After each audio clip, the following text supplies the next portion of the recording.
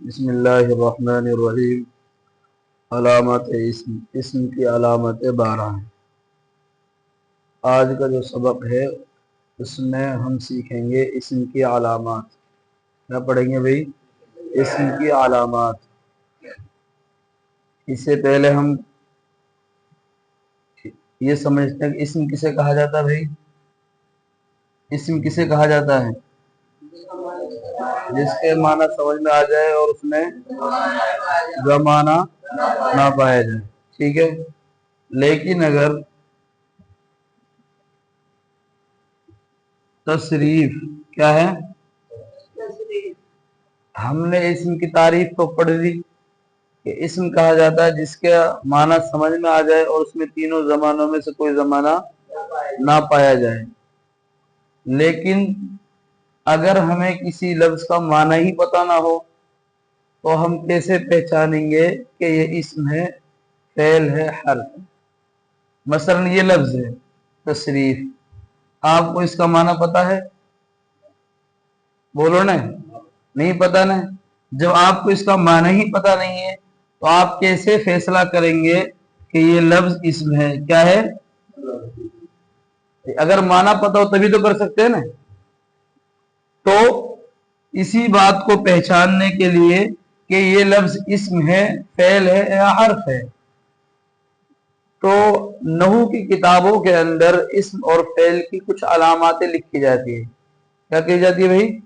کچھ علامات لکھی جاتی ہیں جن کے ذریعے سے طالب علم پہچان لیتا ہے کہ یہ لفظ اسم ہے، فعل ہے، حرف۔ مثلا یہی لفظ لے لو التصریف، کیا ہے بھائی؟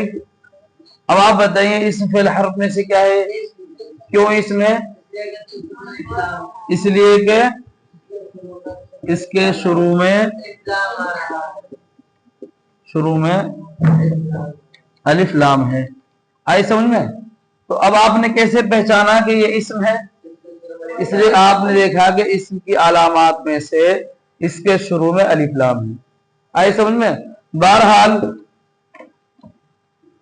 اگر صرف علامات کو بیان نہ کیا جائے تو اکثر طالب علم یہ فیصلہ نہیں کر پائیں گے کہ یہ لفظ اسم ہے، فعل ہے یا حرف۔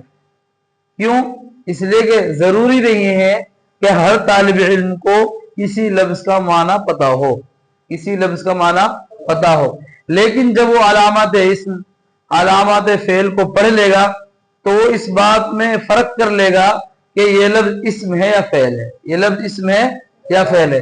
جیسے قد نصارا، قد یہ اس فعل حرف میں سے کیا ہے؟ کیا ہے بھائی؟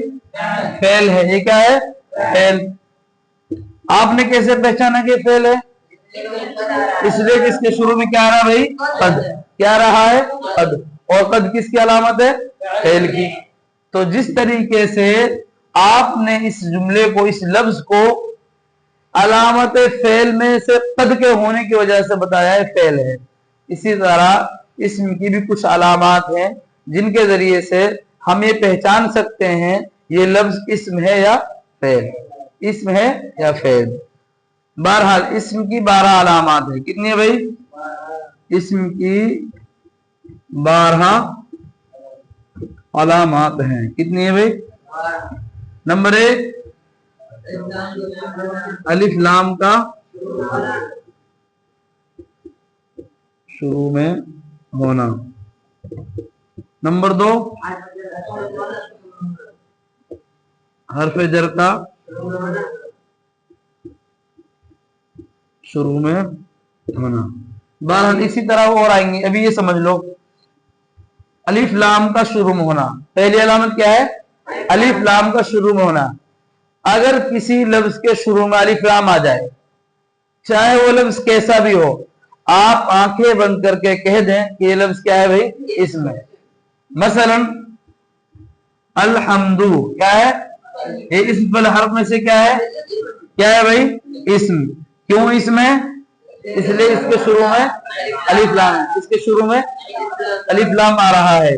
اسی طریقے سے اگر آپ اسی کا معنی پتہ نہیں ہے، کوئی بھی لفظ کوئی کہیں سے لفظ اٹھا لو لیکن اس کے شروع میں الف لام لگا ہوا ہے تو آپ کہیں گے یہ کیا ہے اسم ہے۔ جیسے الجیدۃ کیا ہے، یہ اسم فی الحرف میں سے کیا ہے، کیا ہے بھائی اسم۔ المدرسۃ یہ اسم فی الحرف میں سے کیا ہے اسم، کیا ہے، آپ نے کیسے پہچانا کہ اسم ہے، اس لیے کہ اس کے شروع میں الف لام آ رہا ہے۔ ایک علامت ہو گئی۔ دوسری جو علامات ہے وہ ہے حرف جر کا شروع میں ہونا۔ کس کا ہونا؟ پہلے ہم یہ سمجھتے ہیں حرف جر کون کون سے ہیں، حروف جر کون کون سے ہیں۔ نمبر 1 با تا، بولو جلدی سے، با تا لام، بولو نا، نہیں پتا تمہیں؟ تجھے نہیں پتا؟ با تا لام واو، ایسے ایک ان کا مجموعہ ہے، باؤ تاؤ کافو لامو واو مز منذ خلا ربا حاشا من آدا فی ان علا حتی الہ، کیا ہے بھئی یہ پورا ان کا مجموعہ ہے، کیا ہے۔ بہرحال ابھی آپ آسانی کے لیے چونکہ ابھی آپ کا حروف جر کا بیان آیا نہیں ہے بعد میں آئے گا، لیکن آپ وقتی طور پر اتنا سمجھ لیں کہ 2-4 حروف جو اکثر استعمال ہوتے ہیں ان میں سے با ہے، کیا ہے، با ہے، فی ہے، الا ہے، کیا ہے، ان ہے، فی ہوا، با، الا اور ان، یہ 4 جو لفظ ہیں یہ اکثر استعمال ہوتے ہیں، کیا ہوتے ہیں بھائی۔